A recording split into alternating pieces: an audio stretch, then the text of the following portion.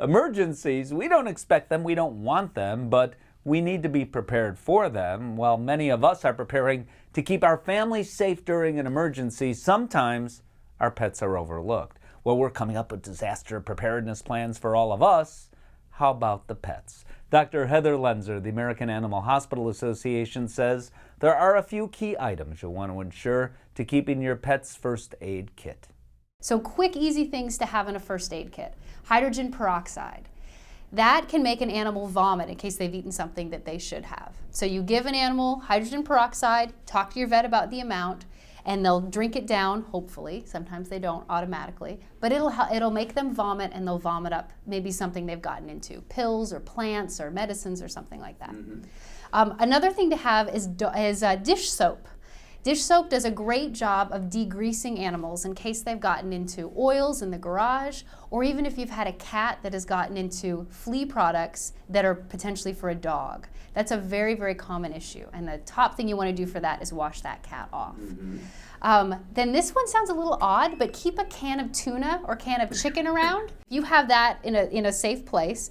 If they eat something they shouldn't have and you need to wash out their throat, you just can't open up a dog's mouth and dump water down, or heaven forbid a cat. But you can make them drink chicken juice, salmon juice, or tuna juice, and that will help flush out their throat.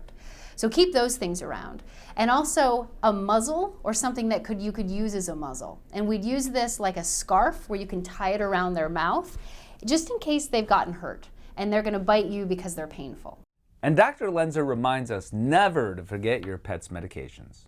Absolutely, to have those even extra doses around, especially things for seizures, for heart disease, and for diabetes. So if we miss any of these doses, even a pill or two, we could have life-threatening consequences. You'll not only want those medicines in your pet's first aid kit, you'll also want to ensure that you have what you might need to dispense them, like syringes. And of course, we can't forget about food. You need to have lots of food and a way to keep it safe, and days of water too.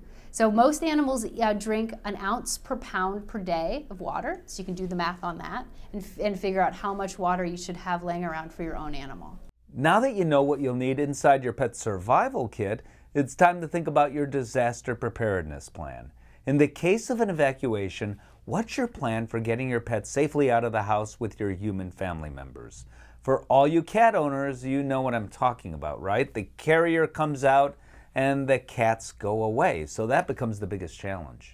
It can be tricky. So hopefully you have a kennel or a cage that you've been habituating your cat to so that they're not scared to go in it. So they like going to the vet. And also if you had to evacuate quickly, your cat would be okay with getting in that carrier. If not, you can start today, leave your carrier out, put food in there, use sprays and pheromones and things to make them comfortable so that they actually look at that cage as a place of refuge, which would be really helpful in the face of sheer chaos.